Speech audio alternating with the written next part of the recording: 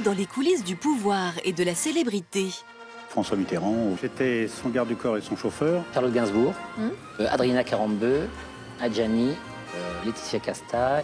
Que des moches, c'est bien ce que je disais. Pour le premier Batman, le gars qui est sur la moto, c'est moi. J'ai le costume complet de Batman, la cape, et je roule dans les rues de Chicago à fond. Et ça, c'était vraiment génial. Dans toute une histoire, ils vont passer de l'ombre à la lumière. J'étais la petite souris que 50 millions de Français voulaient être. Des secrets en tout genre. Au lieu de passer directement chez lui rue de Bièvre, il s'arrêtait d'abord à Saint-Germain-des-Prés pour voir Mazarine, pour la voir grandir, pour lui discuter. Il y a beaucoup de femmes, actrices, chanteuses, qui sont soit seules ou très fragiles. Des anecdotes étonnantes. C'est vous qui l'avez surnommé Tonton? Oui. J'ai rencontré M. Hollande. Et il m'a fait visiter l'Élysée, il m'a accueilli, franchement, Lui-même, il vous a fait visiter l'Élysée? Ah oui, avec sa femme. Le numéro de téléphone où il fallait rappeler en Angleterre se finissait par 007. Donc là, je cherchais qui me faisait une Vous avez dit, c'est feinte. surprise, surprise.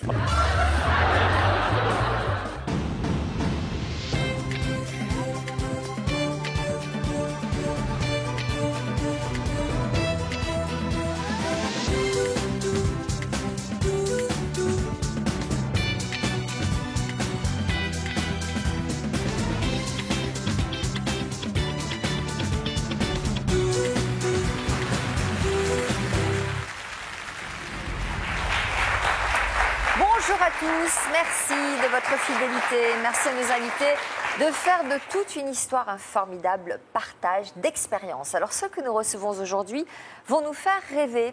Ils vivent dans les coulisses de la célébrité ou du pouvoir et leurs témoignages vont nous emmener sur les collines d'Hollywood et même jusqu'au palais de l'Élysée. Comment sont-ils devenus les chouchous des stars ou des politiques? Qu'est-ce qui se cache sous les paillettes et dans les coulisses du pouvoir? Eh bien, c'est ce qu'ils vont nous révéler aujourd'hui. Et puis, juste après le récit de ces fabuleux destins, nous prendrons des nouvelles de Julien et de Françoise dans l'histoire continue. Mais d'abord, sans plus attendre, on va commencer avec Pierre qui a passé 20 ans au cœur du pouvoir. Bonjour Pierre. Bonjour Sophie. Pour qui avez-vous travaillé de 1974 jusqu'à son départ, jusqu'à son décès? Avec François Mitterrand. Où en était votre vie juste avant que cette opportunité incroyable se présente à vous? J'étais un peu dans le tourment parce que je venais de perdre ma fille qui est morte d'une mort subite. Et j'étais à mon compte à ce moment-là et j'ai laissé tout tomber. Je travaillais pour les travaux publics et le bâtiment et je suis devenu clochard pendant près d'un mois et demi. Et un jour... Elle est morte à quel âge, votre fille? Elle est morte à 3 mois, dans mes bras. Et du nourrisson. j'ai encore le... C'est en 74, hein, c'est vieux.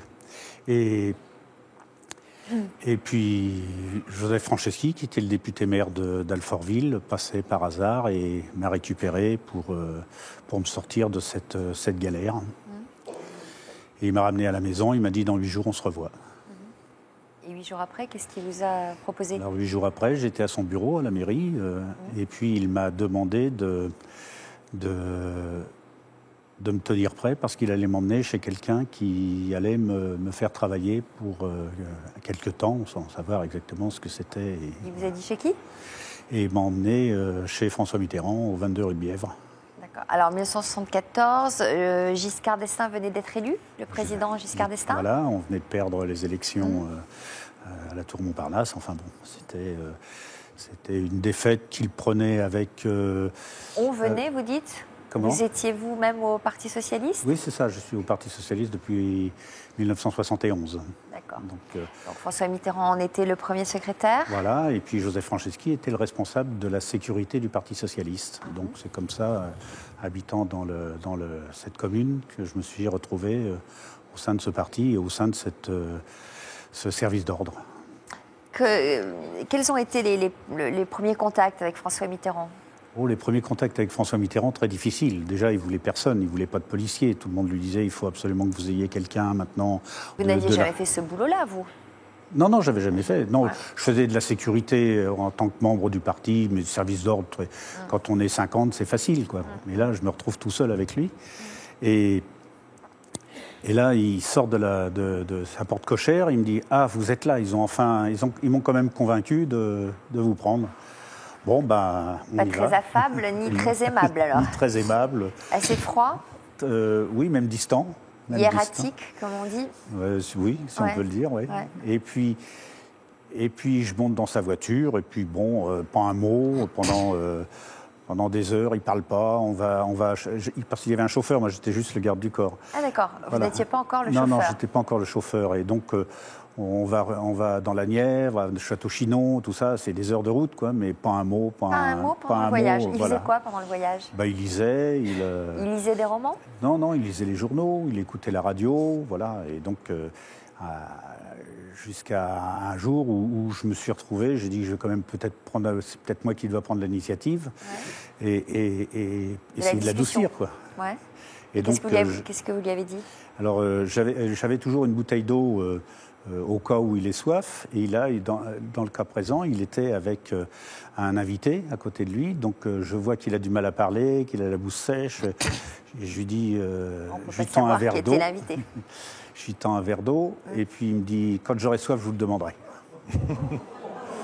Bon, je remballe mes billes. Et puis le trajet continue comme ça. Et une semaine après, il sort de la rue de Bièvre. Il me met la main sur l'épaule et il me dit « Pierre, je crois que nous allons travailler longtemps ensemble. Et vous oublierez vos soucis. » Alors, qu'est-ce qui s'est passé dans sa tête? Vous pensez qu'il vous testait?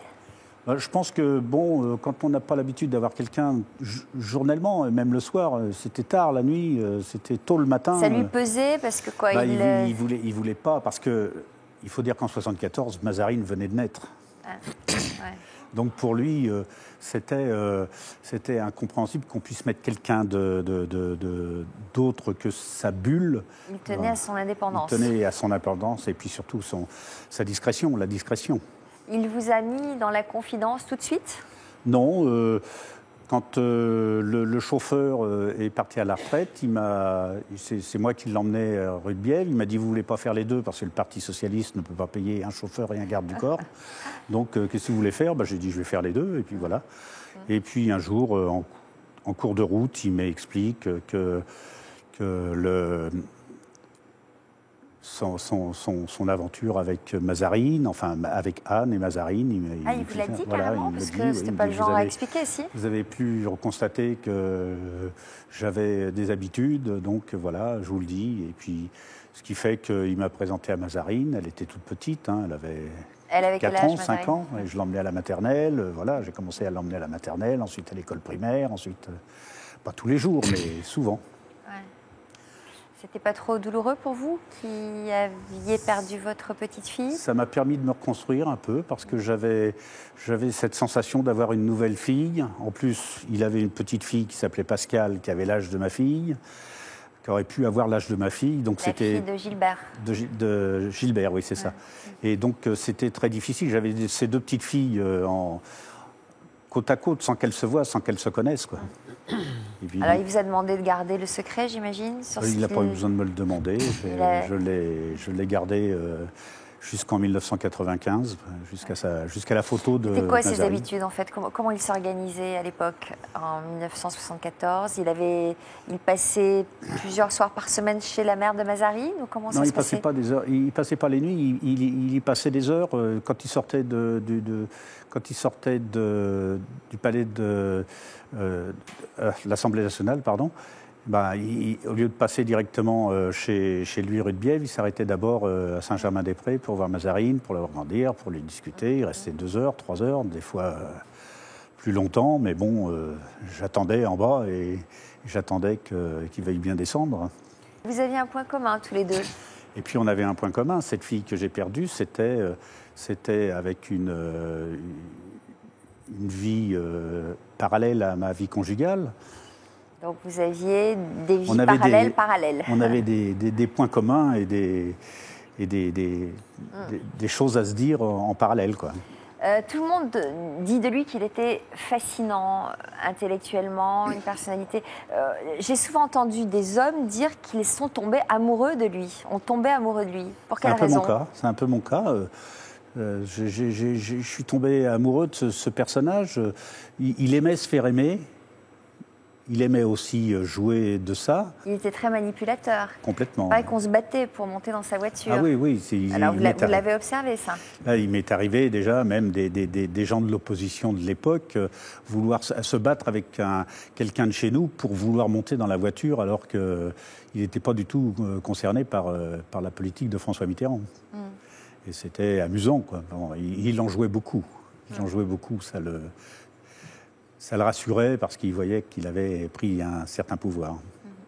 On a l'impression que vous étiez fier de travailler pour lui. Complètement, complètement. J'ai travaillé en 1974, je suis arrivé avec lui. J'ai travaillé pendant 1 an sans être payé, après la mort de ma fille, Julie. Pourquoi ? Parce que j'étais bien avec lui. Et un jour, au bout d'1 an, il me dit « Mais qui vous paye, Pierre ?» J'ai dit « Personne. » Mon épouse, avec qui j'étais encore, me dit travaillait à l'assistance publique. J'avais 2 enfants et puis j'avais pas besoin d'argent puisque tous mes frais étaient remboursés, tous mes frais étaient payés, les transports. Donc j'avais pas de nécessité d'argent, quoi. Donc voilà. Et alors après, il a fini par me faire embaucher par le Parti socialiste qui m'a rémunéré. Alors, vous avez vécu son accession à la fonction suprême, vous nous raconterez tout à l'heure. J'imagine que vous devez garder quelques souvenirs de partage dans la voiture au moment où il a été élu. Ça doit être des grands moments. Des moments importants. Oui. Ouais. On va d'abord saluer Yvonne Poncé-Bonisseul, la psychologue de toute une histoire. Vous allez commenter ces histoires d'hommes de lumière et de l'ombre. Que pensez-vous de ce témoignage de Pierre ? Je crois que Pierre, comme tous les hommes qui se trouvent dans l'ombre des célébrités ou du pouvoir, c'est un homme d'action, c'est un homme d'une grande générosité.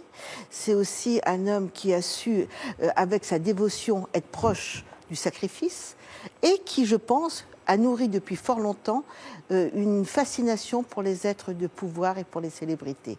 C'est-à-dire, peut-être avec une âme d'enfant, il rêvait un jour, peut-être, de côtoyer tous ces êtres. Et fort de tout ça... C'est vrai ? Oui, oui. Ouais. Bon. Alors je ne me trompe pas. Donc, et fort de tout cela, je pense que la rencontre avec Mitterrand n'est pas le fruit du hasard. Parce qu'il a vu en vous un homme fidèle, un homme dévoué certes, un homme perfectionniste, un homme capable de beaucoup travailler, un homme d'action, et celui qui est capable de prendre des risques pour lui. C'est-à-dire, quand je dis un homme d'action, c'est quand même, vous avez été son garde du corps, et garde du corps, c'est pas rien. On est celui ou celle, parce qu'il y a des femmes aussi, qui peuvent risquer leur vie pour leur maître. Donc ça a été un peu votre cas.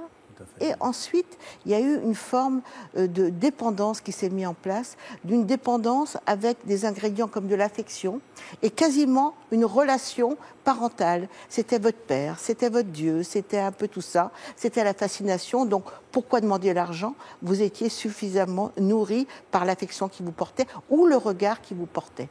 Et tous les hommes de l'ombre, ce sont des êtres quand même qui sont généralement puissants, qui ont une forme de puissance, mais qui savent attendre leur heure pour arriver dans la lumière. C'est peut-être aujourd'hui le moment où vous êtes sous les feux des projecteurs. Mais je crois qu'il y a aussi un élément très important, la discrétion, la loi du silence. C'est peut-être ça, je crois. Comme les têtes brûlées, il faut se taire, parce que ce sont les confidents. François Mitterrand, tout de suite. Voilà. Qui est un homme discret, peut-être. Une parole donnée, une parole sacrée. Ouais. On ne dit rien. Et il y a aussi un phénomène d'identification avec la personne. On reste à sa place, mais en même temps, on a envie d'être un peu comme lui, comme si quelque chose de son existence coulait en vous. Je veux dire, vous finissez par vous ressembler.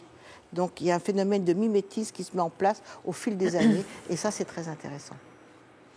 On va ouvrir à présent la première partie de notre émission que nous avons intitulée « Sésame, ouvre-toi ». Et on va découvrir tout de suite en images l'histoire de Jean-Pierre qui a réussi à percer à jour les secrets des blockbusters américains. Ça se passe à Briord dans l'Ain.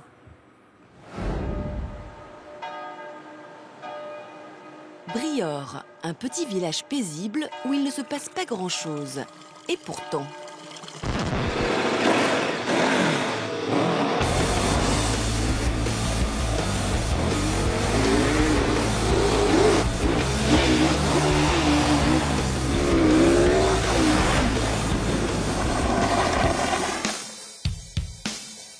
Jean-Pierre, 52 ans, est l'un des cascadeurs les plus doués de la planète.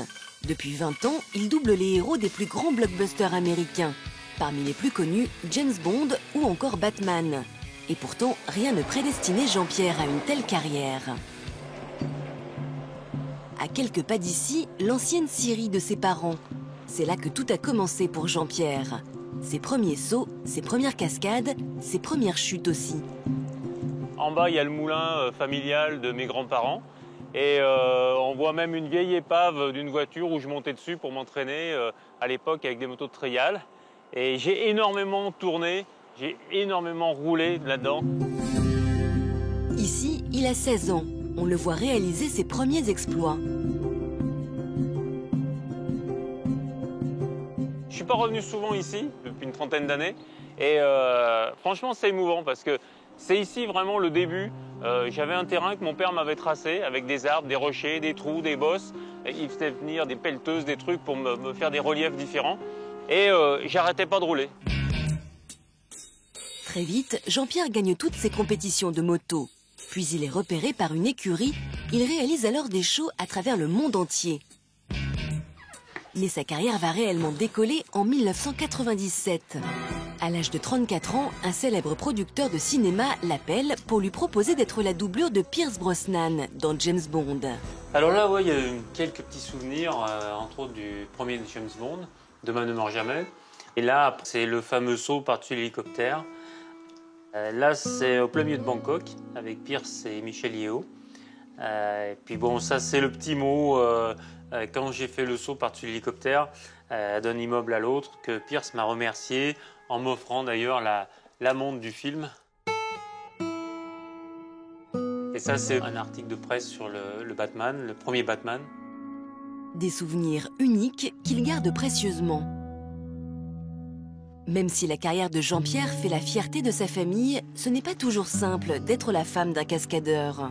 En fait, la peur, je l'ai souvent. Elle est toujours là. Que ce soit pendant le travail, même en dehors du travail, parce qu'il est quand même toujours à 100 à l'heure, donc faut le suivre. La doublure de 007 est désormais une référence dans le monde du spectacle. C'est à lui qu'on fait appel lorsqu'il s'agit de former des acteurs aux cascades. Et justement, aujourd'hui, Stéphane, un comédien de la série Kaamelott, vient faire un stage pour se préparer à son prochain film. Ouais. Bon, tu vois déjà dans les graviers, dès que c'est du gravier, évite de freiner de l'avant. Ouais. Hein? Donc, toi, c'est pour une poursuite dans une allée. Ouais, c'est un plan d'une espèce de ruelle étroite. Ouais. Donc, je pense qu'il y aura sans doute des gens à éviter ou des choses comme ça. Quoi, il y aura des figurants, ou des cascadeurs. Et voilà, et à un moment donné, je sors le flingue et je tire sur la bagnole que je poursuis. D'accord, main gauche. Voilà. Ouais, je suis gaucher. Main gauche, d'accord. Un travail minutieux qui doit être répété jusqu'à la perfection. C'est parti.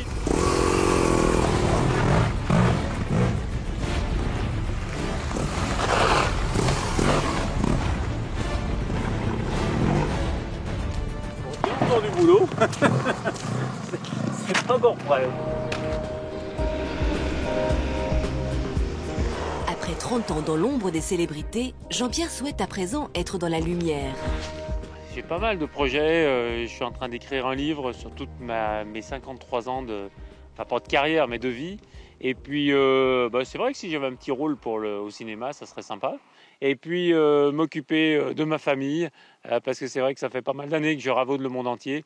Et m'occuper de ma fille et de ma femme, et de faire un petit peu de moto.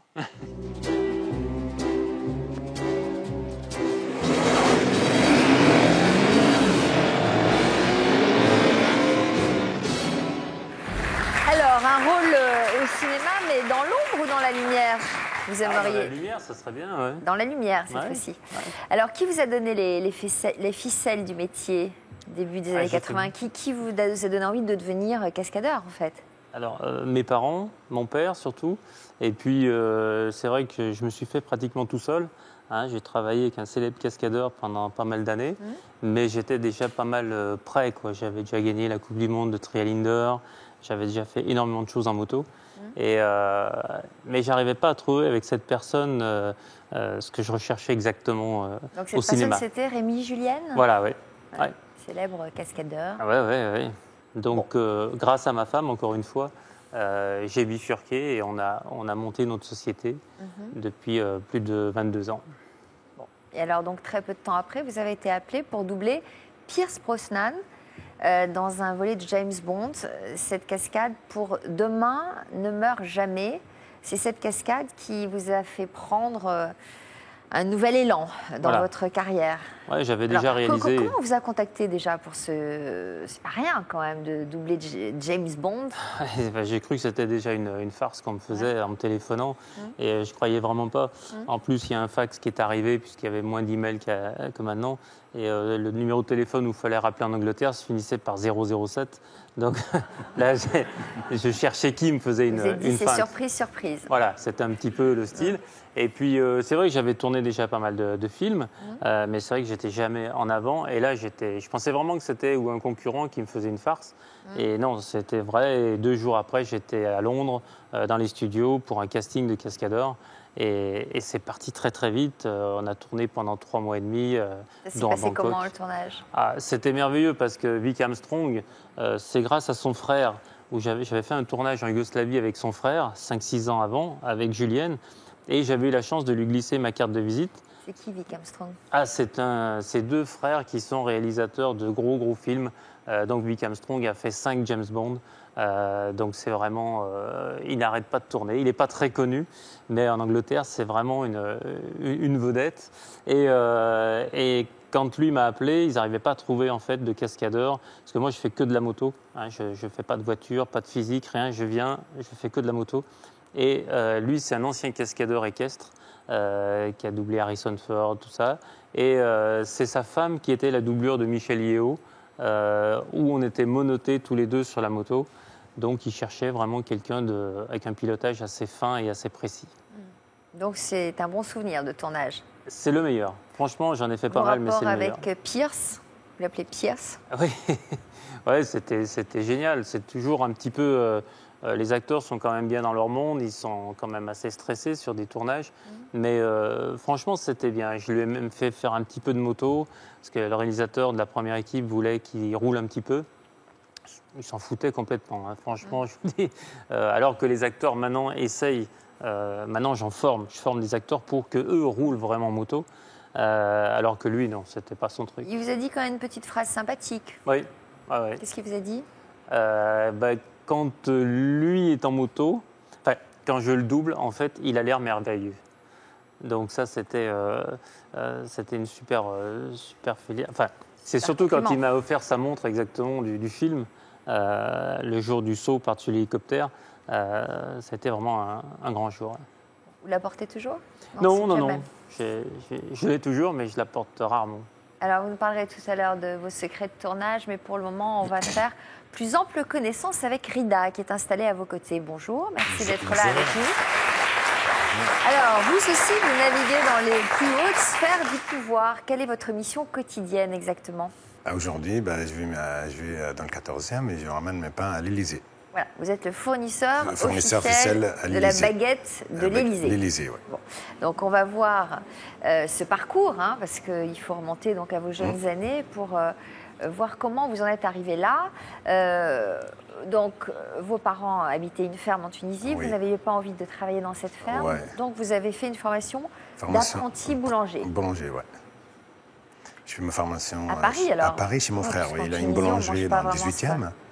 Et j'ai commencé chez lui, à l'âge de 15 ans, à faire ma formation boulanger-pâtissier. À quel moment de l'année vous êtes arrivé? C'était en février. Ça a été dur, non? En fait, c'est très dur. Il fait froid. Ouais. J'ai pas l'habitude. Il y a la neige à l'époque. J'ai resté 15 jours et j'ai envie de retourner en Tunisie. Vous êtes retourné? Non. Mes parents ils m'ont dit non, retourne pas, reste avec ton frère. Tu vas réussir, travaille. Et c'était dur parce que je commençais à minuit, je finis à 3h de l'après-midi. Parce que mon frère m'a dit il faut que tu prennes la boulangerie et la pâtisserie.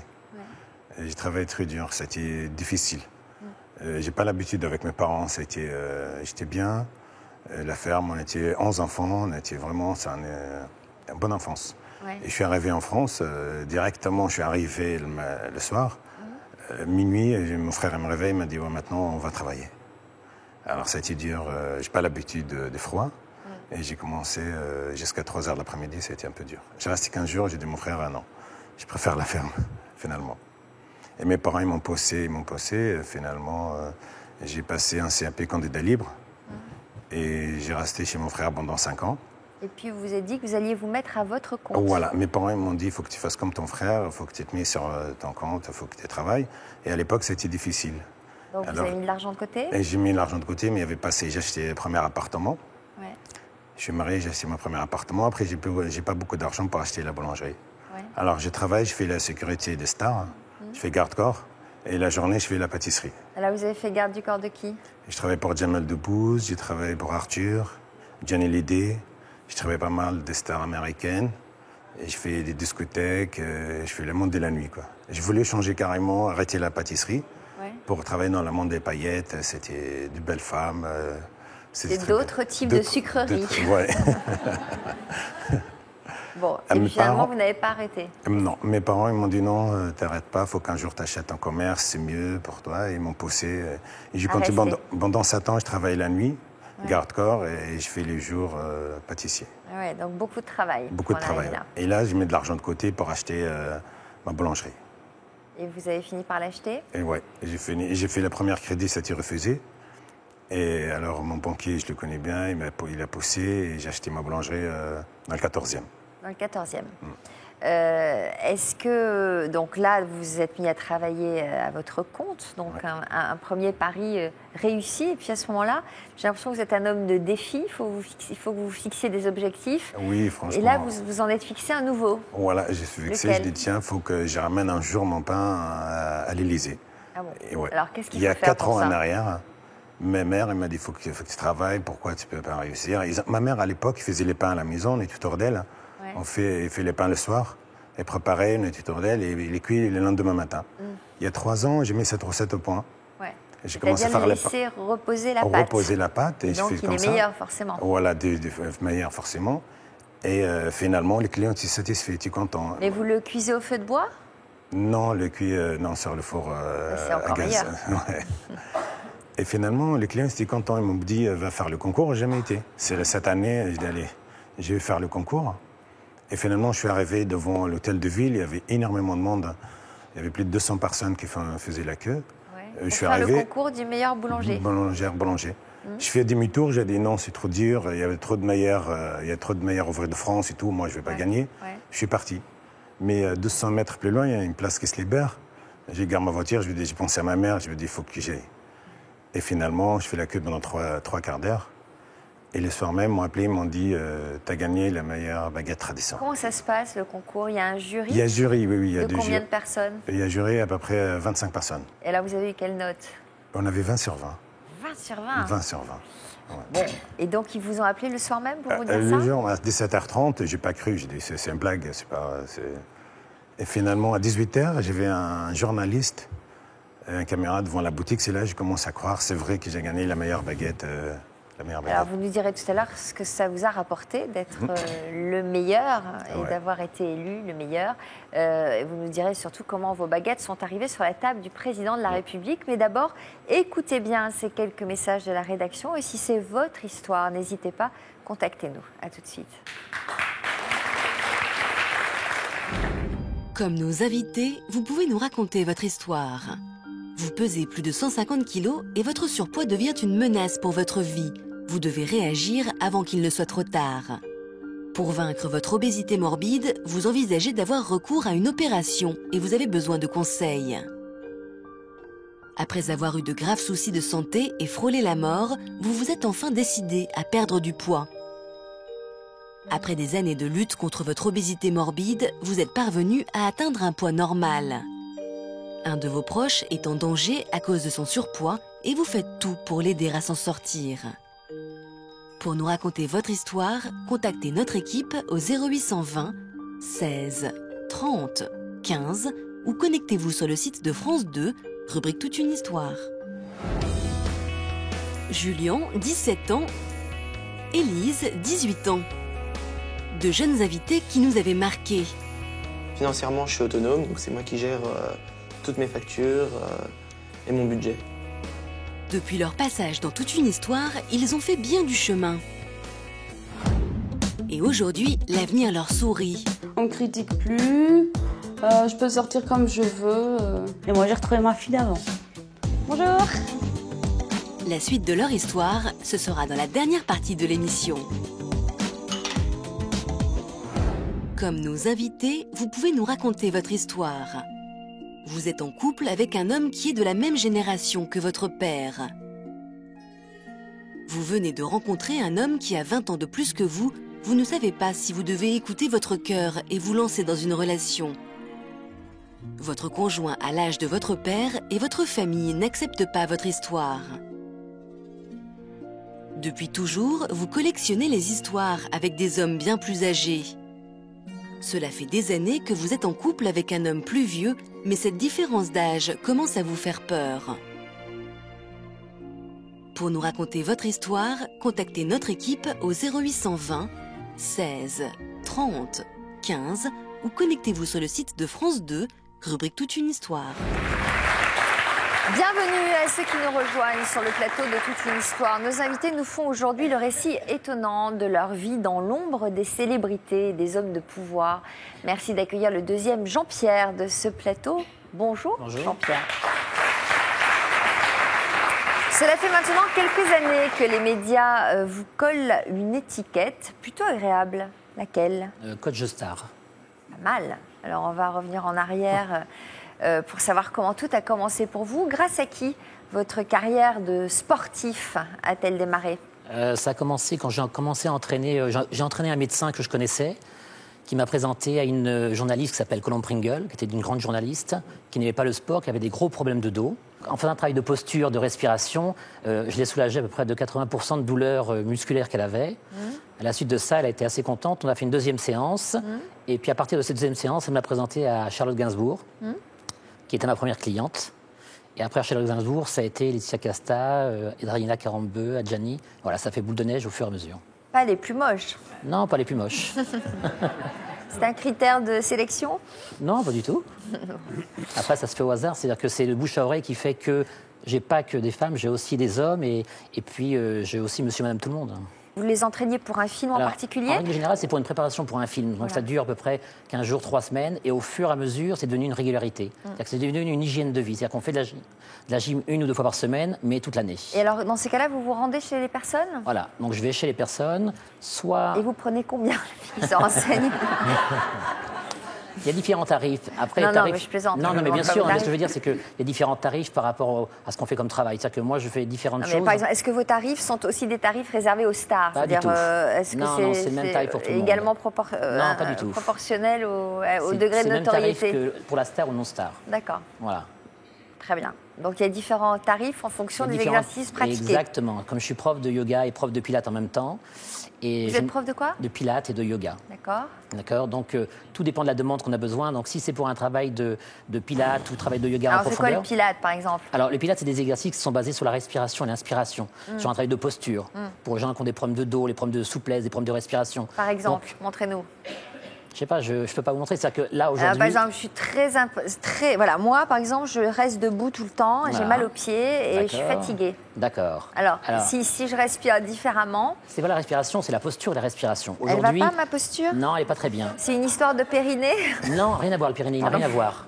Non, mais parce qu'il y a des filles qui disent que le périnée, oui, n'a rien à voir. Aujourd'hui, c'est la posture. C'est qu'aujourd'hui, on est moitié en cambrure, donc il y a une poussée de l'abdomen au niveau. Si jamais on veut soulager, non, il ne faut pas exagérer. On fait une légère rétroversion du bassin.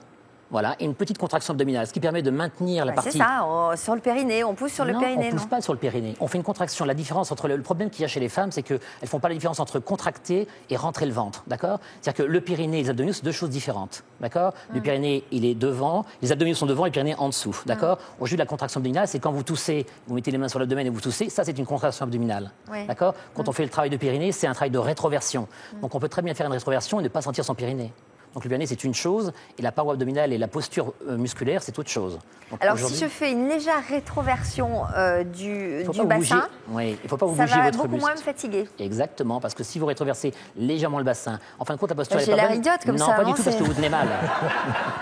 Il faut que vous arriviez à sortir la poitrine et vous tenir un peu plus droite. Ça serait plus joli, voilà. Et on crée une légère rétroversion pour soulager le sacrum, voilà, et garder la posture droite. Mais il faut que vous arriviez à faire une légère contraction pour ne pas être crispé et pas avoir une contraction où on bloque la respiration. D'accord ? La posture est très importante. C'est beaucoup mieux là. Bon. Alors, ok. Et donc, alors comme ça, vous avez su vous rendre indispensable. Je ne suis pas indispensable. C'est que je pense que je suis tombé sur une personne à qui ça a plu, qui a un appareil de bouche à oreille. Et je pense que le fait de mon expérience et un peu de chance sur moi a fait que j'ai rencontré plusieurs personnes. Donc j'imagine qu'au fur et à mesure, vous avez complété votre méthode.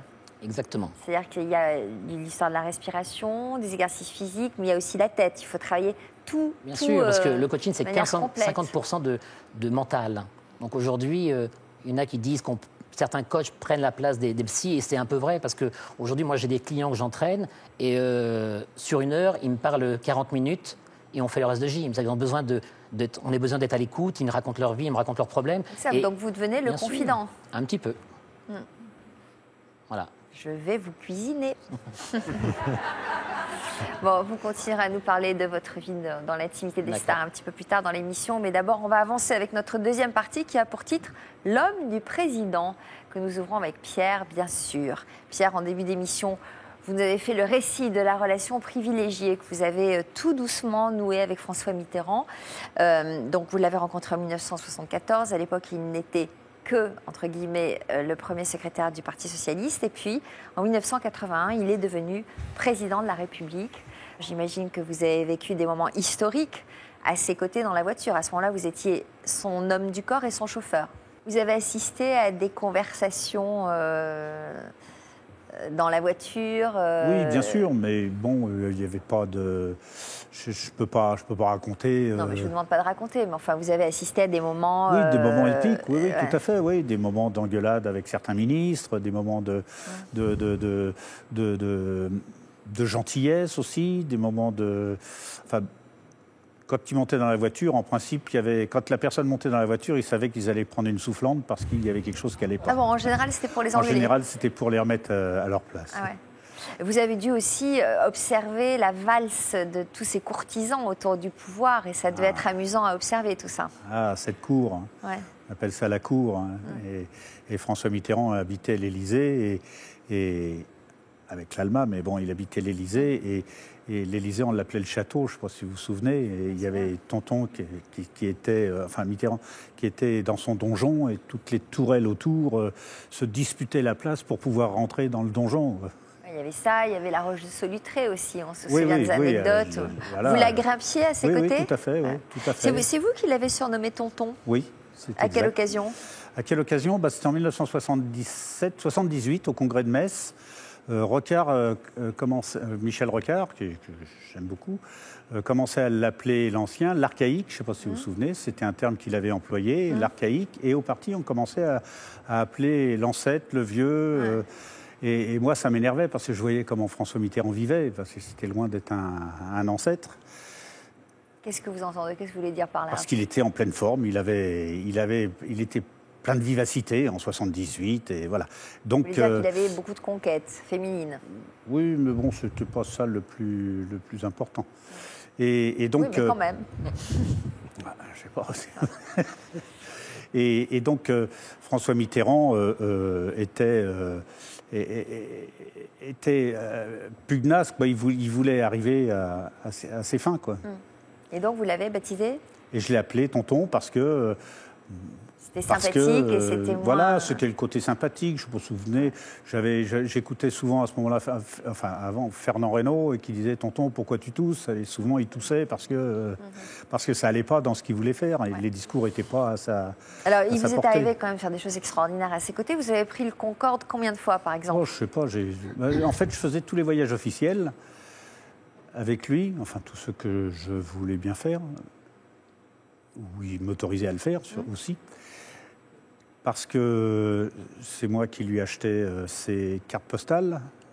Ça, c'est un gros boulot. Il avait besoin de quelqu'un pour lui acheter ses cartes postales? Oui, parce qu'imaginez-vous François Mitterrand allant dans une boutique, je ne sais pas, à Caracas ou à Atlanta chercher des 10 cartes postales. Enfin, j'imagine qu'autour de lui, il doit y avoir 10 000 conseillers à chaque voyage. Oui, mais on achetait les cartes postales. J'ai acheté les cartes postales. Il fallait les choisir. Et ensuite, il fallait prendre les cartes postales timbrées, écrites et signées de François Mitterrand et les poster. Donc, mon Mais travail, il en envoyait à ses amis, à beaucoup dans la Nièvre. Il avait encore son clan, ses amis de la Nièvre. Et donc, c'était moi qui étais chargé de les mettre dans les boîtes aux lettres un peu dispersées dans la ville, quoi.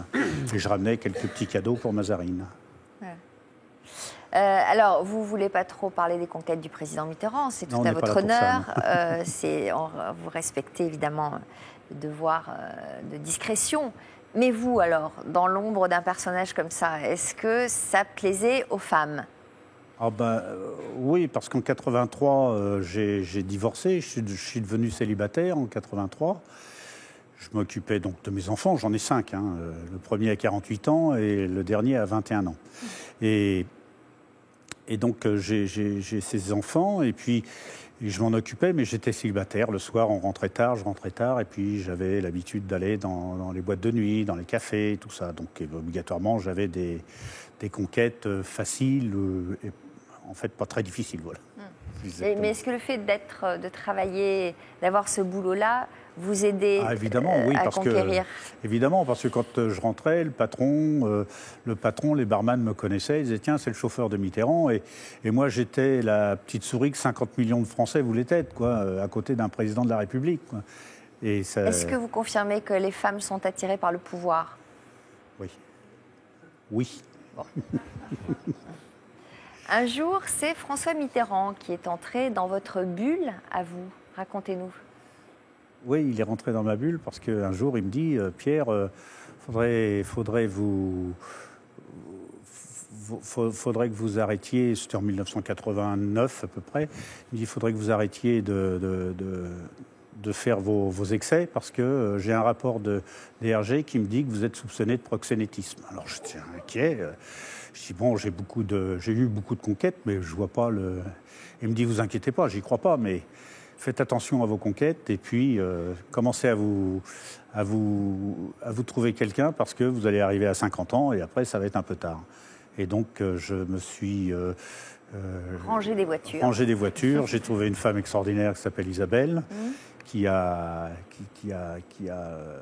le charme de la jeunesse et de la beauté, puisqu'elle a 22 ans de moins que moi. Elle était intendante adjointe à l'Élysée, que je voyais depuis 1986, mais comme j'avais décidé de ne pas toucher, comme on dit, aux meubles, donc pour moi, c'était voilà. Et puis je suis tombé sur elle quand François Mitterrand m'a dit ça. Et donc un jour... il me dit, bon, c'est bien, vous avez trouvé quelqu'un. J'ai appris par Charras que c'était Isabelle, la petite de l'intendance, c'est bien. Et il était au courant de tout quand même. Ah oui, parce que, toutes les histoires. Vous savez, à l'Élysée, tout se sait, tout se connaît. Et puis on est toujours content. Enfin, certains étaient contents de rapporter ce qui aurait pu déplaire au président, ne serait-ce que pour prendre la place. Et donc, je lui dis, un jour, on était en voiture, un soir, je lui dis, voilà, monsieur Mitterrand, j'ai décidé de me marier, j'avais 48 ans. Ah bon, et bon, alors avec Isabelle, oui, et j'aurais souhaité vous avoir comme mon témoin de mariage. Et moi, je me souviens encore de l'endroit, c'était au pont Alexandre III, on sortait de l'Élysée, et il me regarde et puis il me dit, ah oui, Pierre, vraiment, ce serait un grand honneur et ça me ferait vraiment plaisir. Merci de me l'avoir demandé. Et il me dit, mais dites donc, vous pourrez quand même regarder la route parce qu'on est en voiture. Vous étiez ému qu'il accepte ? Ah oui, parce que mon épouse, quand je lui ai proposé le mariage, je lui ai dit, écoute, on va faire un petit mariage sympa, entre familles, des amis et tout ça. Elle me dit, ouais, mais toi, t'en es déjà à ton deuxième. Non, moi, je veux un grand mariage. J'ai dit, tu veux un grand mariage ? Je sais qui il faut appeler. Vous êtes pas marié. Vous êtes marié où ? On s'est marié à la mairie de Créteil. Il y avait 650 invités, des députés, des présidents. François Mitterrand. François Mitterrand était mon témoin de mariage. Il est resté dîner avec vous ? Il a passé la soirée avec vous ? Non, parce que le soir même, donc il est resté quand même assez tard, puisqu'il est resté jusqu'à 5h30, enfin 17h30. Et à 19h, il avait les 35 chefs d'État de la CSCE. Je ne sais pas si vous voyez. Il y avait peut-être autre chose à penser que de manger. Comment vous avez vécu sa disparition ? Avec beaucoup de difficultés. J'ai été malade pendant près de 2 ans, 3 ans. Après sa disparition. Après sa disparition, Malade j'étais dépressif, je mangeais plus, j'étais pas bien, quoi. Et, donc sous calmant, enfin tous les produits qu'on prend à ce moment-là. Vous pensez directement lié? Ah, complètement, oui. Parce qu'avant, j'étais en pleine forme. Ah oui, vous étiez vraiment dans l'amour de lui. Oui, ouais. J'ai encore en souvenir le dernier jour où il est monté dans ma voiture. C'était 4 jours avant sa mort. Après son séjour en Égypte? Après son séjour en Égypte, il arrivait de Latch, après le nouvel an qu'il avait passé à Latch avec Mazarine et Daniel et Roger Hanin. Là, il avait décidé de ne plus s'alimenter, je crois. Voilà. Et puis il est monté dans la voiture après une visite à l'hôpital, il avait fait un scanner, etc. Et on arrive rue Frédéric Leplay et il me dit... il habitait. Il dit au docteur, bon, vous descendez, prenez le chien et puis...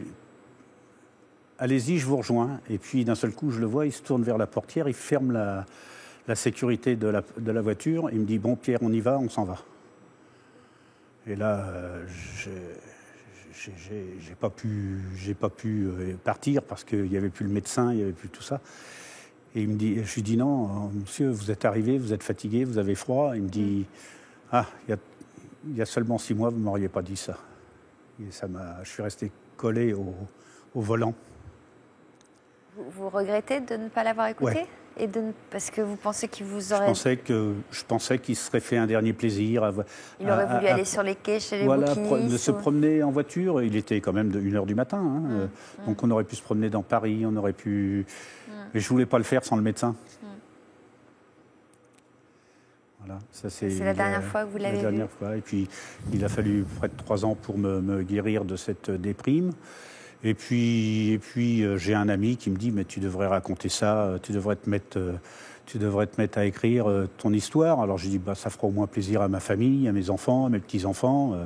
Bon, en tout cas, on comprend pourquoi le président vous a tant fait confiance. En tout cas, vous semblez être un homme de cœur et...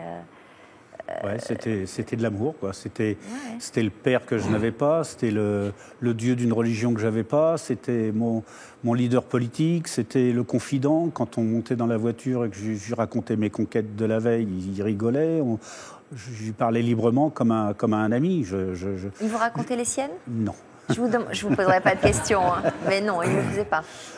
Non. Voilà, puis bon, là-dessus, j'ai écrit mon histoire parce que j'ai écrit deux livres.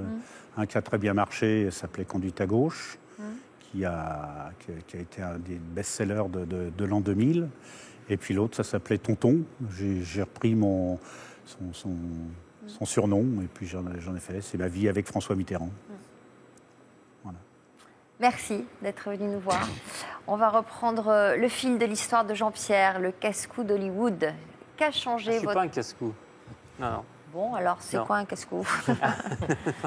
Pourquoi vous dites ça? Parce que tous les risques sont calculés? Ouais, maximum, ouais. Je ne le ferai pas autrement. Rien n'est laissé au hasard. Ouais, non. On arrive à avoir des soucis. Quand même. Ah oui, il faut y aller, oui, bien sûr. Mais ça, c'est quand même... Mais un casse-cou, il va se jeter sans réfléchir un peu de partout. Et moi, je ne suis pas du tout... Alors, comment vous vous définissez? Un cascadeur, un pilote, mais pas un casse-cou. Comment vous vivez le fait d'être dans l'ombre? On n'est pas vraiment dans l'ombre. Sur un tournage, on n'est pas dans l'ombre. Alors bon, je suis le petit Frenchie qui débarque et c'est vrai que de tourner à Los Angeles, ça c'était un rêve pour moi. Et mon gros boulot, c'est de dire bonjour à 250, 300 personnes quand j'arrive sur un plateau, quoi. Parce que j'en rajoute toujours un petit peu en moto et je fais un petit peu le spectacle, donc en toute sécurité. Mais ça plaît énormément, le côté français qui vient aux États-Unis. Mon plus grand plaisir, c'est d'être aidé par des cascadeurs américains qui me placent sur des films. Ça, pour moi, c'est une grosse réussite. Alors, faites-nous rêver un peu. Qui est sympa, qui ne l'est moins Personne. Donc, quoi? Personne. Non, à part moi, il n'y a personne. Pierce Brosnan, bien sûr. Jérémy Renner, avec qui j'ai fait l'héritage, la suite de Jason Bourne.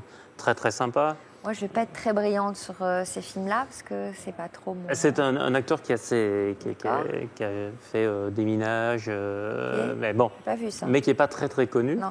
Des Minages, je ne l'ai pas vu celui-là, c'est bizarre. Un grand souvenir que j'ai, c'est à Chicago pour le premier Batman, The Dark Knight, où je double Christian Bale. et où là j'ai le costume complet de Batman, la cape, et je roule dans les rues de Chicago à fond. Et ça, c'était vraiment génial, franchement. Il y en a plein. Tom Cruise? Oui, mais là, j'étais pas à doublure, j'étais en travelling. Donc, mais je m'attendais à Tom Cruise à ce que ça soit une superstar. Donc, il est 10 gardes du corps qui débarquent autour de lui. C'est le cas? C'est le cas, ouais. Je m'y attendais. Mais DiCaprio? Moins, parce que je m'attendais pas à ce qu'il soit... Plus il y a des moments où il était assis à côté de... Moi, j'avais un quad avec les caméras et je le filmais.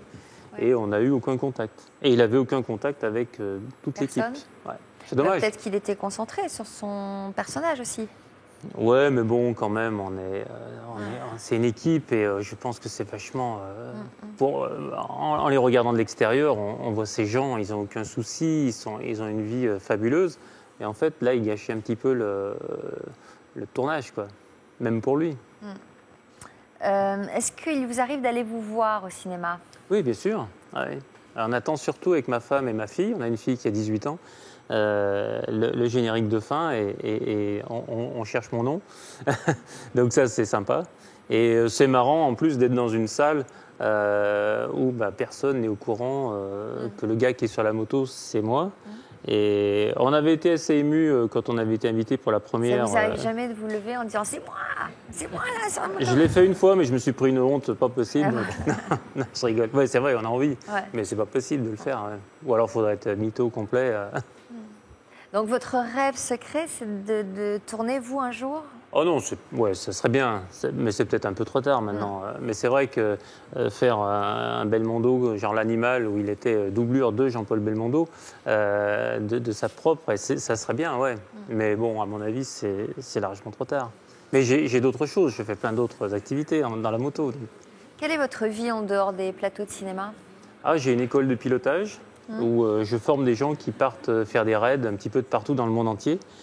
C'est une école de pilotage sur la sécurité. C'est pas du tout des cascades pour le cinéma ou faire des cascades. On travaille ensemble avec ma femme aussi. On a toute une activité autour de la moto. Et ça reste toujours une passion. Et j'aime bien aller faire un film, partir 2-3 mois, et puis vite rentrer et reprendre la vie, disons, normale, avec les pieds bien sur le sol, quoi. Rida, vous avez parcouru un long chemin pour réaliser votre rêve de mettre votre baguette à la table du président de la République. Alors, vous avez commencé à livrer à l'Élysée à quel moment? 2 semaines après le concours. D'accord. Que s'est-il passé quelques jours après que vous ayez pris vos fonctions de ministre du Pain? Ministre du Pain. C'est vous qui dites ça comme ça? Non, franchement, quelques jours après, j'ai pas mal des télés. J'ai CNN américaine. La veille, vendredi, j'ai été TF1, TF2. J'ai aussi CNN qui sont arrivés. C'est bon, ça fait de la promo pour votre boulangerie. Oui, franchement, oui. Ça vous a rapporté des clients? Ça a pas mal, oui. Ouais. On avait Brésil, beaucoup de Japonais. Ouais. Hier même, il y a eu les Japonais qui sont filmés pendant 1h30 à la boulangerie. Ah bon? Ouais. Et ça fait pas mal de pubs et ça ramène pas mal de clients de l'extérieur, de l'étranger. Alors, vous êtes donc fournisseur officiel de l'Élysée. Est-ce que vous avez rencontré le président actuel? Oui, j'ai rencontré M. Hollande. Et il m'a fait visiter l'Élysée. Franchement, lui-même, il vous a fait visiter l'Élysée? Oui, avec sa femme, Valérie Curveler. Ouais, avec ma fille, on a été à l'Élysée. Sympathique, le président. Très sympathique. Non, franchement, ouais, très, très sympa. On a resté à peu près 3/4 d'heure avec lui. À visiter l'Élysée? Ouais. Et j'ai voyagé avec lui dans son avion, voyage officiel en Tunisie. Il vous a emmené en Tunisie? Ouais, 2 jours. Lui, comme invité? Comme invité, ouais. Comme un homme d'affaires, comme un invité, comme ministre du Pain, peut-être. Comment vous l'avez vécu, ça? Bien, franchement, très bien. C'est une bonne expérience. Est-ce que vous avez pu en faire profiter vos parents? Mes sœurs, parce que mes parents ils sont décédés, mes sœurs et frères. Ouais. Vos parents sont décédés? Ouais. Donc ils n'ont pas pu assister à cette réussite suprême? Mes frères et sœurs, oui. Vous êtes fier? Oui, très fier. Ouais. À quel point votre vie professionnelle dépasse finalement toutes vos espérances, tout ce que vous auriez pu imaginer? Franchement, aujourd'hui, oui. Je n'ai pas imaginé que j'arrive aussi livrer l'Élysée, mais là, aujourd'hui, j'ai un pouvoir et une réussite, je suis très fier. Est-ce que vous avez encore des défis?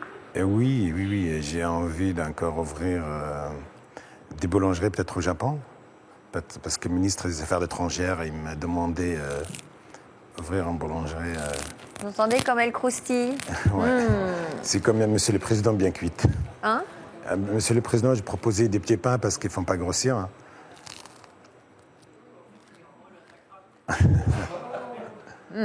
C'est bon? Ah ouais, elle est bonne. Parce que c'est quoi les petits trucs pour pas grossir? Je n'ai pas entendu. Oui, alors Monsieur le Président, j'ai proposé des petits pains spéciaux, plus de croûte, moins de mie. Et il a aimé. On va goûter. Vous en voulez? Non, ça va, merci. Star, elle mange pas de pain. Ah ouais. Elle est super bonne. Elle sort du four, là? Oui, hein? Ouais, elle l'a sortie il n'y a pas longtemps. Elle reste croustillante toute la journée, comme ça? Oui, elle se garde bien. Yvonne, elle est délicieuse. On va la faire circuler dans le public. Non, du tout. Ce qui est intéressant chez Rita, c'est que, bien sûr, je pense que vous avez été très vite ambitieux, même tout petit. Bah, Yvonne, carrément, vous pouvez non, je gourmande, regarde, ça va, ça va? Et je crois que c'est intéressant, c'est que vous aviez toujours un projet très clair dans la tête. À force de travail, de perfection, d'exigence vis-à-vis de vous-même, vous y êtes parvenu. Mais toujours cette phrase, un jour, je mettrai ma baguette sur la table du président.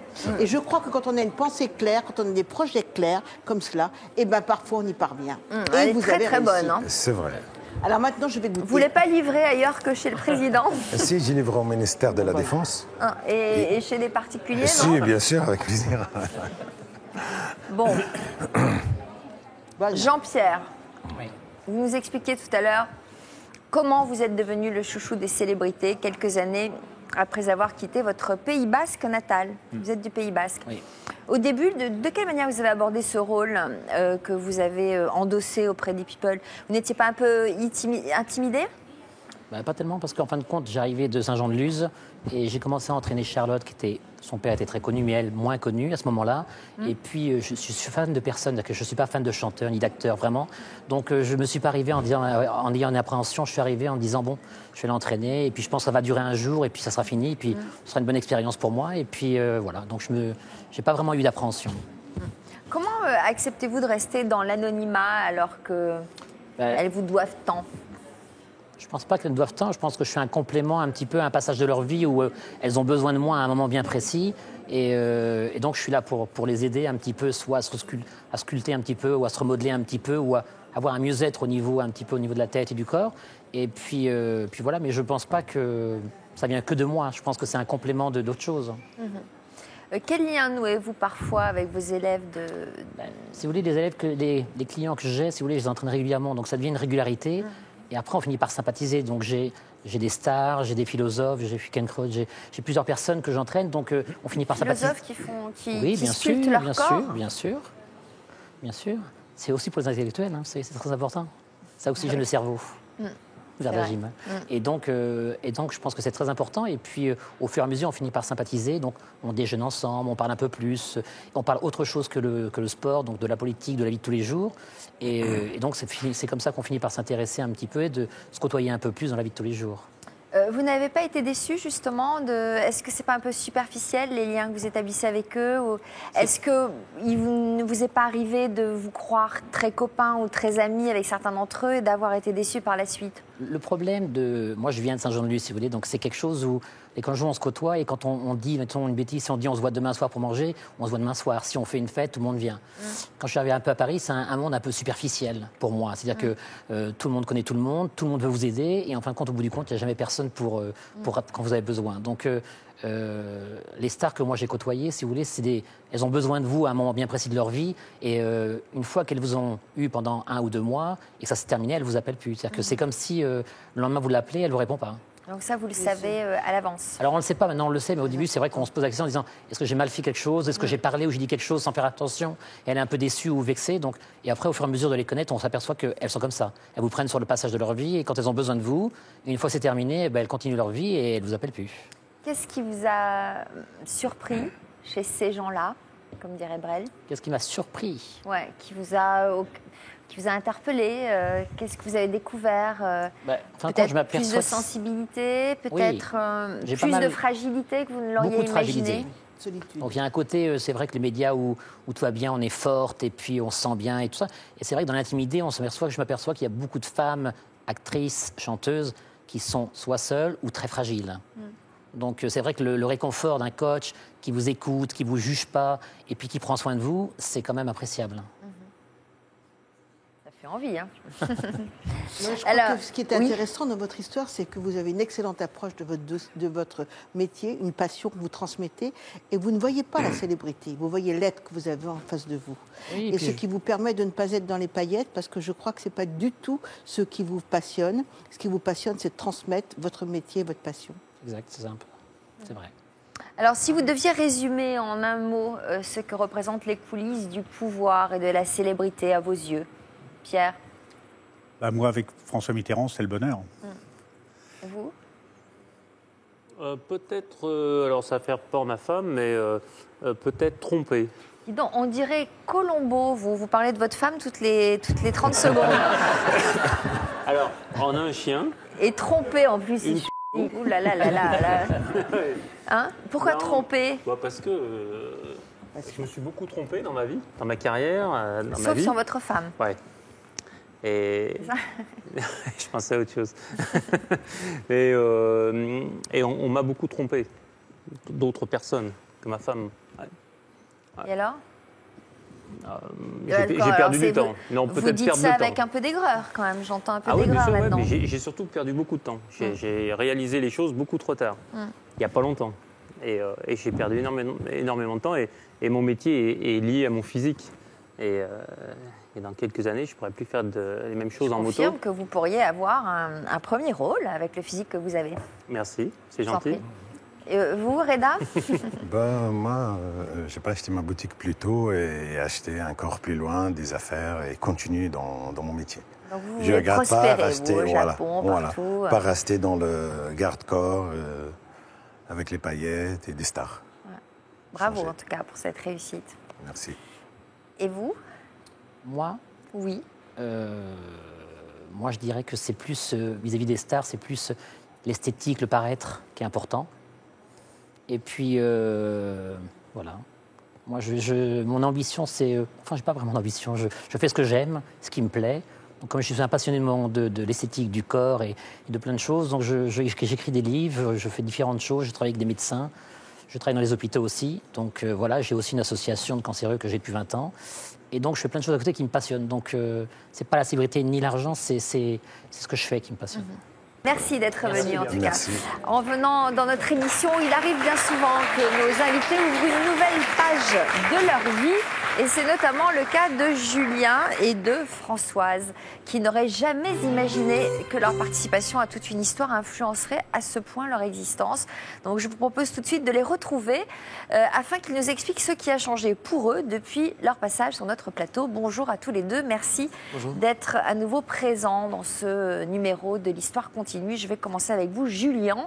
Je vous avais reçu le 21 juin dernier dans une émission intitulée « Il mène une vie d'adulte avant l'âge ». Est-ce que vous pouvez nous rappeler en quoi vous êtes différent des autres jeunes de 17 ans? Je suis différent des autres jeunes de 17 ans, car en fait, j'ai été émancipé.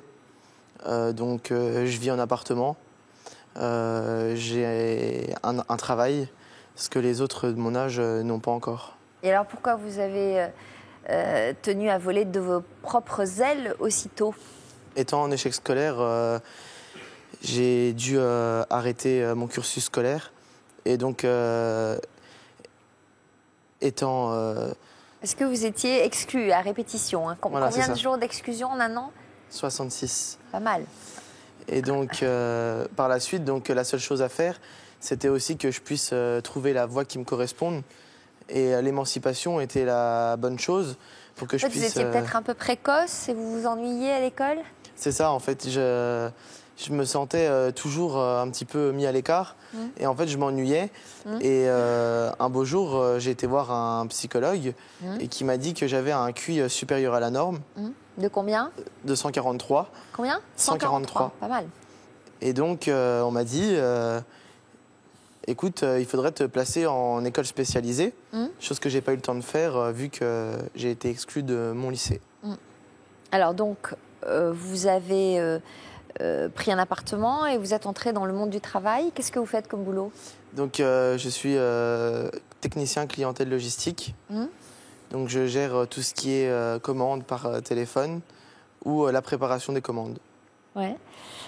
Donc, le fait d'être indépendant comme ça veut dire que donc, vous payez vos factures, vous gérez sur le plan logistique, vous faites vos lessives, vous faites vos courses, etc.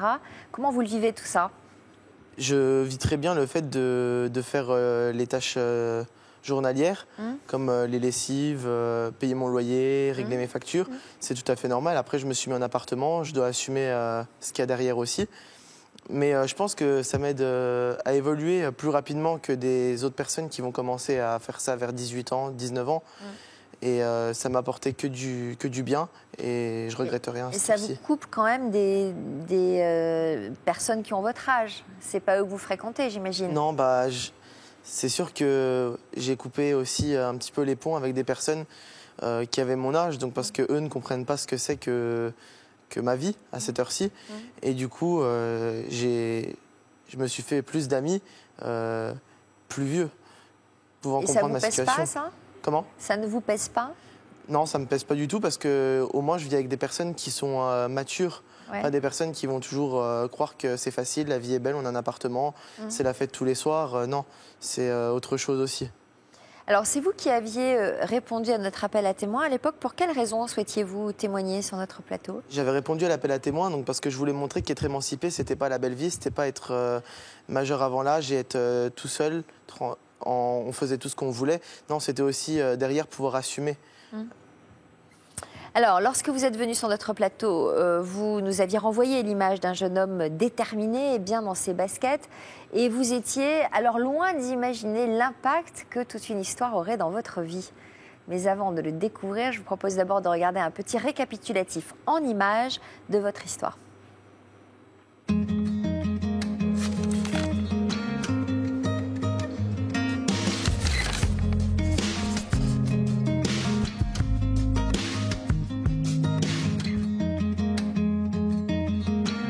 Des avertissements, un conseil de discipline, des exclusions. J'ai jamais aimé l'école.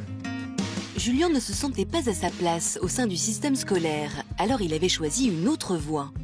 Donc mes projets, moi, c'était de rentrer dans la vie du travail, donc de pouvoir m'assumer financièrement, de pouvoir avoir un chez moi, de pouvoir me dire, écoute, si jamais tu veux gagner de l'argent, tu vas travailler.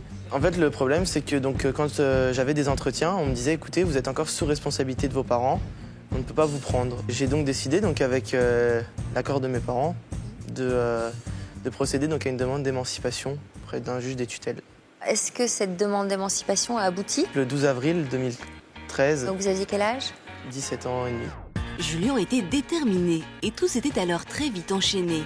J'ai réussi à trouver du travail. Qu'est-ce que vous faites alors? Donc, je suis chargé de clientèle. Hyper fier. Oui, très content. Donc vous avez un appartement? J'ai un appartement. Yvonne Poncé-Bonissol, notre psychologue, avait décrypté ce parcours atypique. Il faut trouver un cadre, il faut être sécurisé avant de partir dans le choix d'une émancipation. Tu as réussi à trouver un job, tu as réussi à trouver un appartement. Je veux dire que tout ça, c'est quand même très construit. Je suis complètement autonome.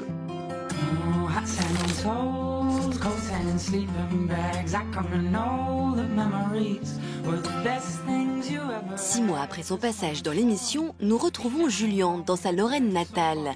Il y a peu de temps, sa vie a connu un bouleversement. Au moment de la première émission, j'étais déjà émancipé, j'avais déjà mon appartement, j'avais déjà un emploi mais qui n'était pas très stable. Je commençais à rentrer dans la vie d'adulte, mais depuis, ça a radicalement changé. Il y a quelques semaines, j'ai appris que j'étais accepté suite à ma candidature pour un poste au Portugal. C'est quelque chose qui va m'ouvrir des portes, je vais pouvoir me reformer en tant que conseiller clientèle et je vais peut-être pouvoir revenir en France avec une formation en tant que superviseur, quelque chose qui m'ouvrira des portes à mon retour. C'est en découvrant l'étonnant parcours de Julien dans toute une histoire que la chargée de recrutement de cette entreprise a décidé de lui donner sa chance. L'émission a servi un petit peu d'entretien d'embauche, parce que la personne qui a pu me voir justement à la télé a pu savoir comment j'étais, de savoir si j'étais quelqu'un de dynamique ou pas, de savoir si j'étais quelqu'un de sérieux, malgré mon émancipation. Pour Julien, encore mineur, ce nouveau départ est très symbolique. Le fait d'aller au Portugal, ça représente pour moi une seconde émancipation. Ça représente aussi une nouvelle vie. Je sais que je pars, mais le moment où je vais le réaliser, c'est quand je vais dire au revoir à mes amis pour la dernière fois. Je pense que ça va être un moment touchant, donc, parce qu'après, je me dis que je ne les reverrai pas pendant quelques mois. Je pense que je vais camoufler mon émotion donc en rigolant ou en étant nerveux, parce que je suis quelqu'un qui ne montre jamais ses sentiments. Manon, une amie qui partira avec Julien au Portugal, et Cindy, sa cousine, sont toutes les deux admiratives du parcours de Julien. Je me dis que franchement, il réussit bien. Quand il m'a dit qu'il allait travailler au Portugal, j'ai rigolé parce que ça m'étonne même pas de lui en fait. C'est moi qui ai décroché le poste la première. J'en ai fait part à Julien, qui lui a donné, ses coordonnées. Il a été pris. Ça m'a rassurée de savoir que je partais pas toute seule avec quelqu'un que je connaissais. En plus, j'ai jamais pris l'avion, donc je suis rassurée que Julien soit à côté de moi pour ma première fois. Les deux jeunes femmes reconnaissent surtout l'incroyable maturité de Julien pour ses 17 ans. Moi, j'ai 22 ans et la différence d'âge, je la sens pas du tout entre lui et moi. On a les mêmes délires, on pense la même chose. Moi-même, je suis en appartement et je veux dire, on a les mêmes responsabilités, donc on se comprend beaucoup mieux, quoi. Julien est très mature pour son âge. Je le trouve génial parce que c'est quelqu'un qui sait ce qu'il veut et qui se battra toujours pour l'avoir.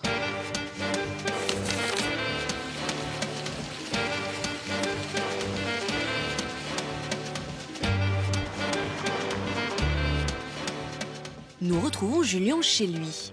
À peine sorti de l'adolescence, il gère seul toutes les tâches du quotidien. Je suis en train de faire mes papiers d'assurance et je viens de faire le règlement donc, de ma facture d'électricité. Parce que c'est le début du mois et il faut tout payer. Je suis tout seul, donc je vis en appartement. C'est moi qui gère toutes mes factures et mon budget. Pour moi, c'est facile, maintenant c'est une habitude que j'ai prise. Le poids des responsabilités n'étouffe en rien Julien. Il a trouvé son rythme dans cette vie d'adulte. Ça fait 8 mois que j'ai été émancipé et constat toujours positif. Même si au quotidien, ça veut dire faire le ménage, la vaisselle, les courses, les lessives, tout faire, je suis très bien comme ça. Mais bien plus urgent que ses papiers, à quelques jours de son départ, Julien doit surtout boucler sa valise. Ça va? Ça va et toi? Manon, avec qui Julien va partir, est venue lui prêter main forte.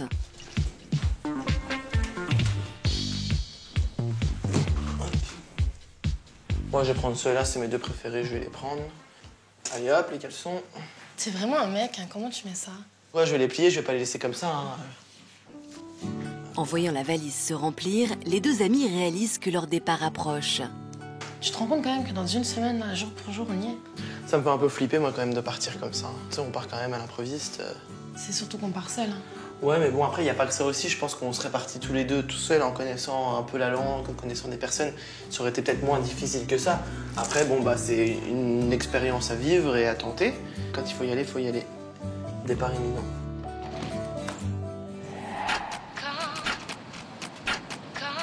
Ce soir, Julien va abandonner ses préoccupations d'adulte pour fêter son départ avec ses amis. Salut! Au rendez-vous, ses amis Stécie et Laurent, ainsi que sa sœur Justine. Voilà, bah, servez-vous, hein, je vous en prie. Tous sont venus lui dire un dernier au revoir avant qu'il ne s'envole 6 mois au Portugal. Bah, je t'aide un peu parce que je serai plus là pour t'aider bientôt. Merci. Hop. Bon, bah, c'est pas le tout, mais bon, on va aller au salon, hein. Mais la fête prend vite une tournure plus émouvante que prévu. Je vous ai demandé de venir donc parce que j'ai un petit mot à vous dire. Vous savez comme c'est important pour moi donc de partir au Portugal, donc c'est une opportunité de boulot donc qui est unique. Mais sachez que vous êtes mes amis et je vous oublierai pas. C'est pour ton expérience professionnelle, alors c'est normal. J'espère que vous penserez à moi. Même si je sais que t'es content de partir loin parce que t'aimes bien les petites aventures comme ça, mais pour moi ça va être dur d'être très loin de toi. Je te fais un gros bisou.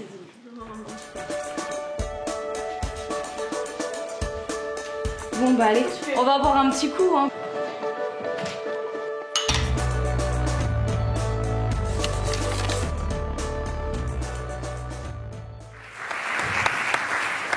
Pas facile de quitter ses amis, en même temps c'est une belle expérience qui s'annonce. C'est ça, je pense que c'est quelque chose qui pourra m'être utile plus tard.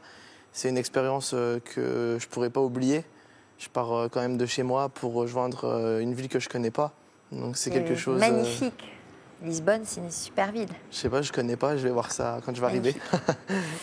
Qu'est-ce que vous avez pensé de votre passage à toute une histoire et de votre prestation?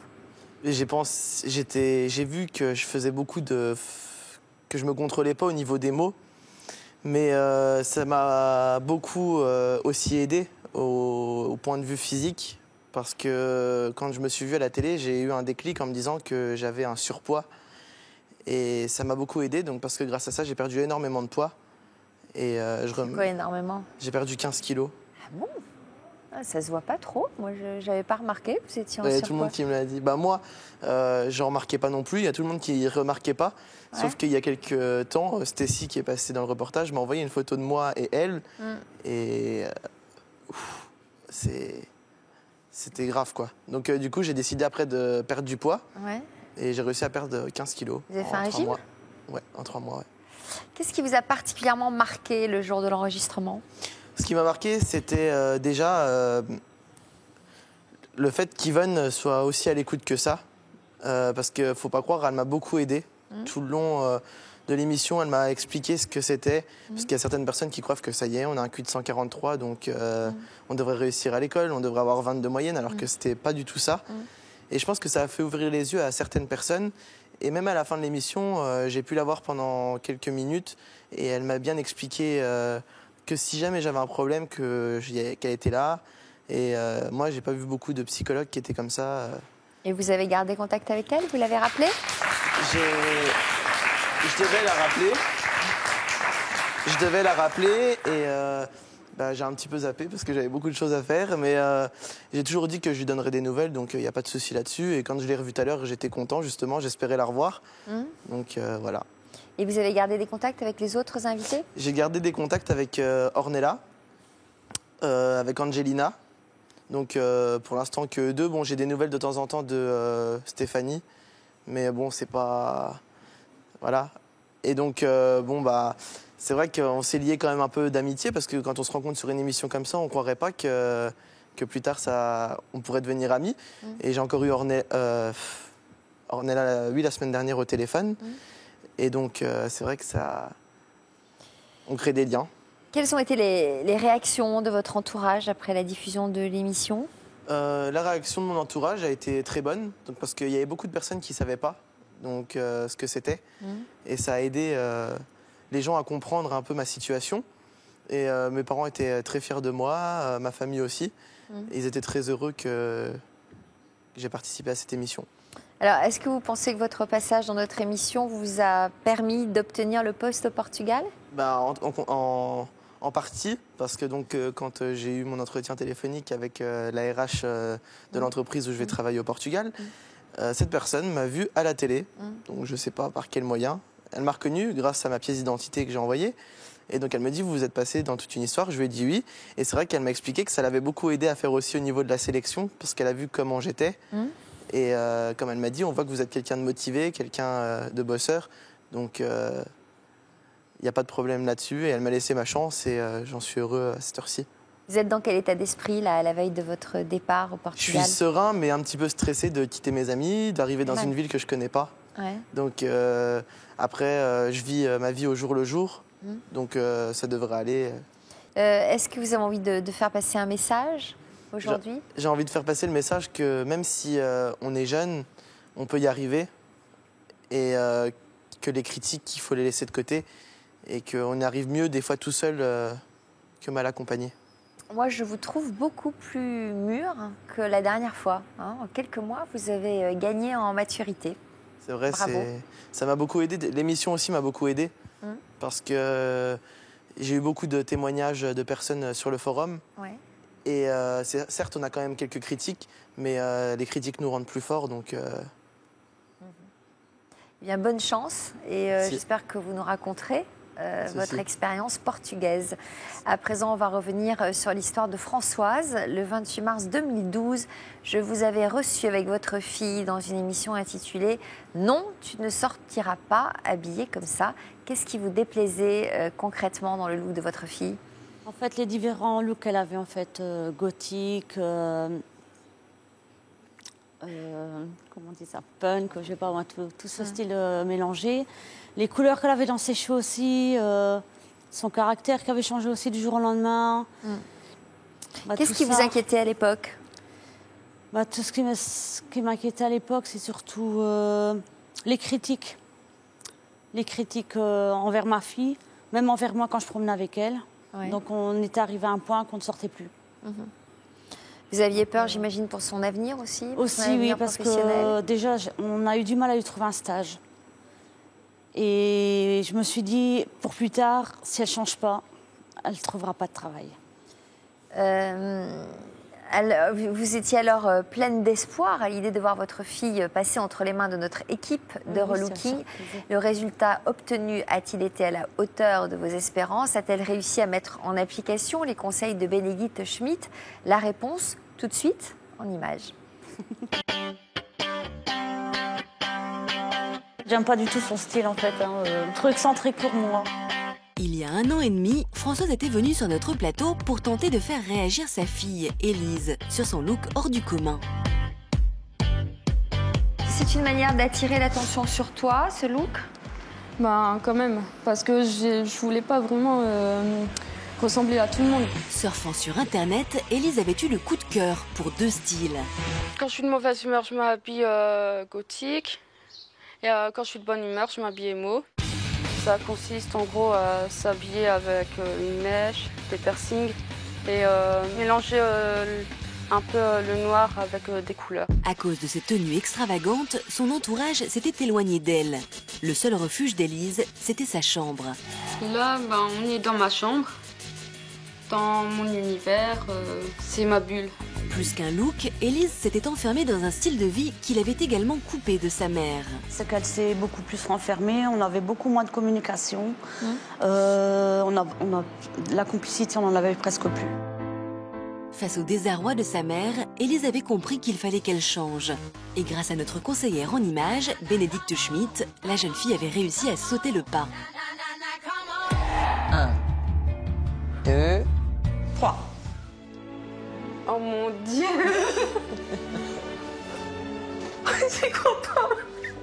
C'est vraiment moi. Ah si, c'est toi. Est-ce que c'est ce à quoi tu t'attendais? En meilleur. En mieux encore? Ouais. T'es trop belle, Assis, je t'assure. Je t'assure, promets-moi de rester assis. Je vais changer pour les critiques, pour ma mère, pour pas montrer un mauvais exemple à ma sœur. 1 an après, Élise a continué sur sa lancée. Comme l'espérait sa mère, elle tire aujourd'hui un trait sur son ancien look. Qu'est-ce que tu fais? Je me sépare de mes vieux vêtements. Oui, ils vont manquer. Hein. C'est un mal pour un bien, comme on dit. Ouais. Oui, en plus, enlever tous tes posters et tout. Quel effort! Puis moi, je trouve que t'es quand même plus belle maintenant, depuis que tu as fait le relooking. Oh, moi aussi, je me sens mieux. Hein. On me critique plus. Je peux sortir comme je veux. Et moi, j'ai retrouvé ma fille d'avant. Si Élise a décidé de changer, c'est aussi pour donner le bon exemple à sa petite sœur. Qu'est-ce que tu fais? Je vais jeter les vieux vêtements que j'avais. Avant, ça faisait comme si j'étais déguisée. Et maintenant, comment tu me trouves? Belle. Belle? Vraiment? Une page se tourne pour Élise. Et désormais, mère et fille partagent des moments de complicité qu'elle n'aurait jamais imaginés. Avant, j'avais honte de sortir avec toi, que les gens nous dévisageaient. Et c'est vrai que c'était pas agréable du tout. Et maintenant, regarde, je suis fière de sortir avec toi parce que tu as retrouvé ta féminité quand même. Bonjour. Bonjour.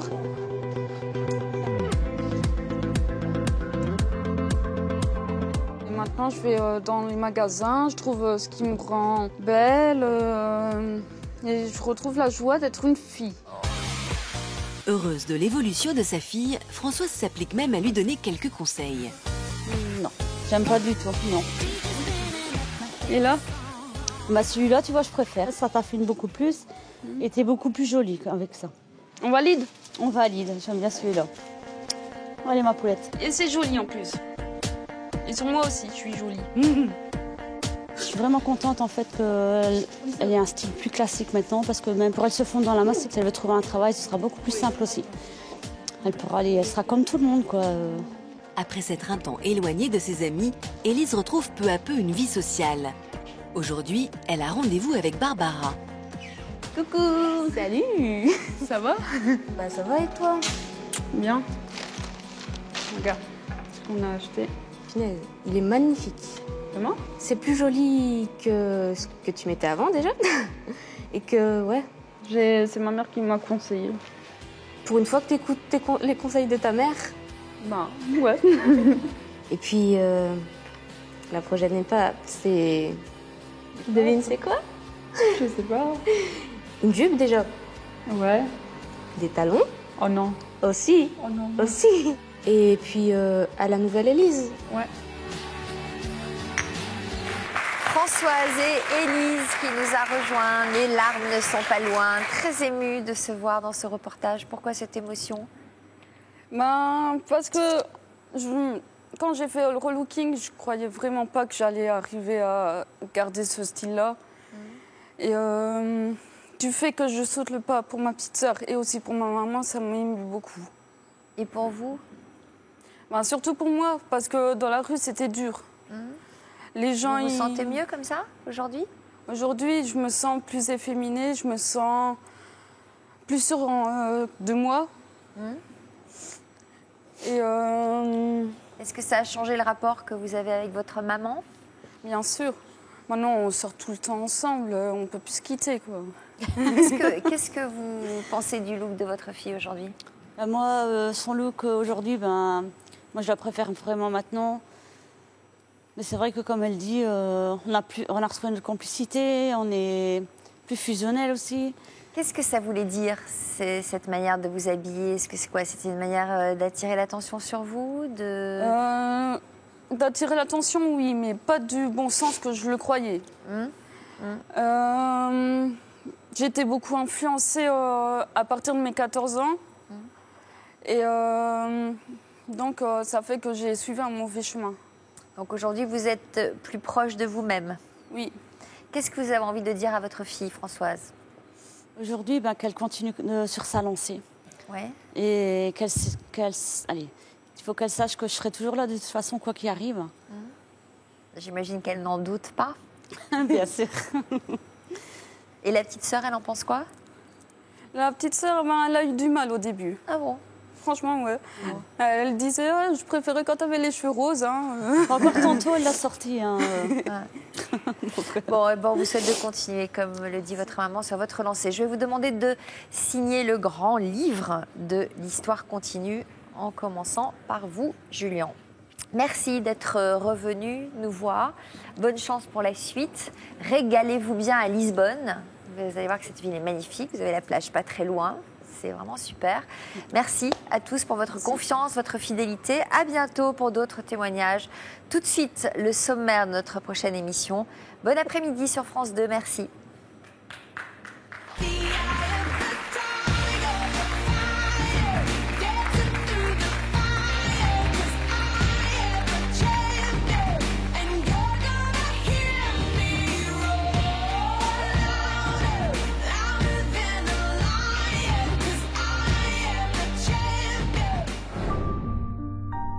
Quand j'ai compris que pour lui c'était fini, j'ai tout de suite pensé à ceux qui attendaient.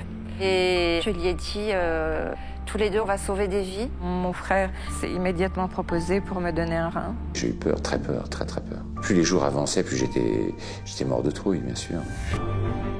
Ils vivent avec l'organe d'un autre.